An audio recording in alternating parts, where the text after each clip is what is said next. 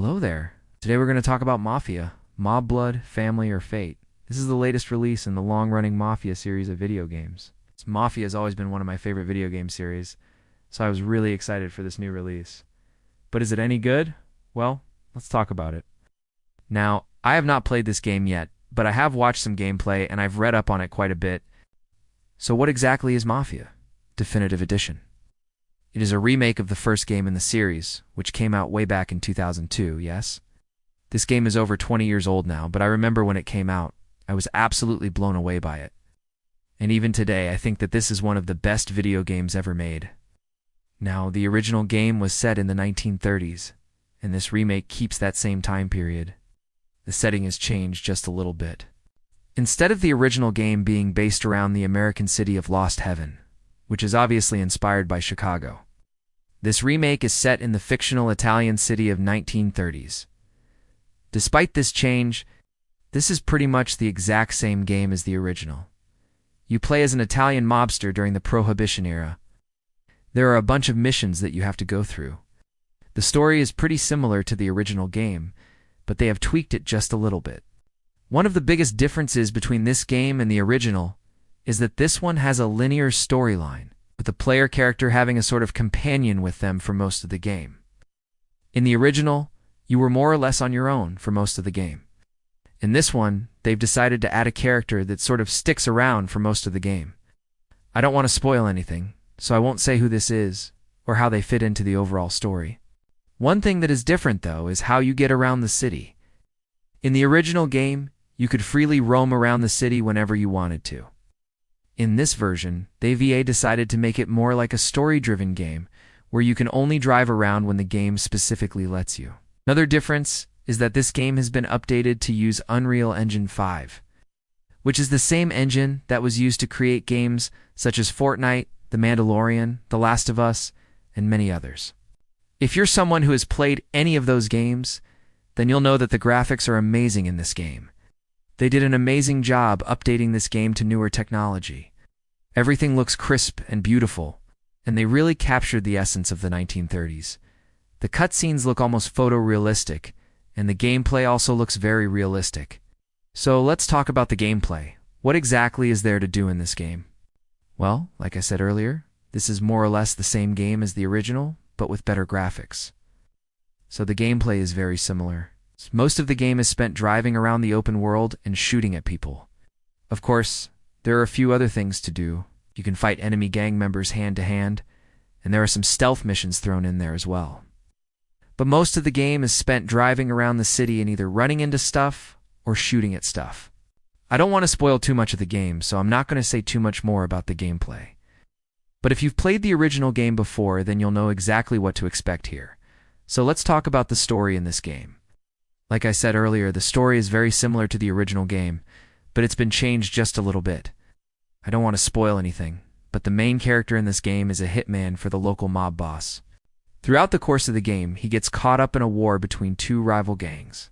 He ends up having to make some tough decisions that will affect the entire city. As far as stories go, it's not anything too crazy or unique, but it does a decent job of keeping you interested. The characters in this game are all pretty interesting, and they all voiced by a talented cast of voice actors. Unfortunately, the voice acting doesn't do the characters any favors. Everyone sounds incredibly stiff and unnatural. The voice acting is definitely one of the weakest parts of this game. Let's talk about the length of this game. How long is it going to take me to beat? Well, if you rush through the main story, you can probably beat this game in about 15 hours. But if you take your time and do all of the side quests, it's going to take you closer to 25 hours. Now, I would say that's a pretty good length for a single-player game. It gives you enough to do without dragging the story out too much. Let's talk about the replay value in this game. Is there any reason to play it again after you've beaten it once? I would say no, not really. The story is pretty short, and there's not a whole lot of replay value in the gameplay. Alright, so let's talk about the price of this game. Is it worth the money? Well, that's a little bit harder to answer. At the time of making this video, the game is priced at $59.99 US.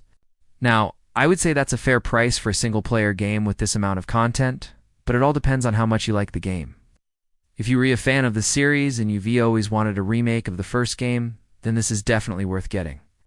However, if you've never played a Mafia game before, then then I would recommend checking out the series on a streaming service first. That way you can get a feel for the gameplay before you spend any money. So let's talk about the system requirements for this game. Can your computer run it? Well, here are the minimum system requirements as listed on the official website.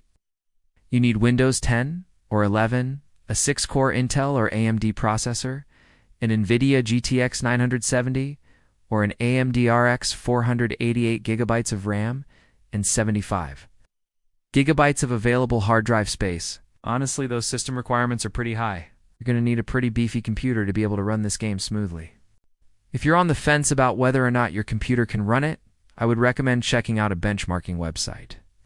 That way you can see how your computer compares to other computers that have played this game. Is this game easy to learn? Yes, absolutely. The controls are pretty simple. All you're really doing is driving around and shooting at stuff, so it's not too hard to pick up and play. Does this game require a lot of skill? No, not really. The combat is pretty easy, and there's not a lot of skill involved in driving around and shooting at stuff. So let's talk about the age rating for this game. This game has been rated M for mature by the ESRB. This is due to the game's violence, blood, and language. I would say that this rating is pretty accurate. The game does have some violence and blood, but nothing too over the top. The language in the game is also pretty mild. What are the system requirements to stream this game? Well, according to the developers, you need at least a mid-spec PC to be able to stream this game at 108p. This means you'll need something like an Xbox One or a PS4. Do you need to buy the Premium Edition? Well, I wouldn't bother with the Premium Edition unless you plan on getting all of the DLC. The Premium Edition comes with the Season Pass, which includes 2 upcoming DLC packs. But if you don't plan on getting those DLC packs, then just get the Standard Edition. If you enjoyed this video, please leave a like and comment below to let me know what you thought. If you'd like to see more videos like this, please consider subscribing. Thank you for watching, and I'll see you in the next video.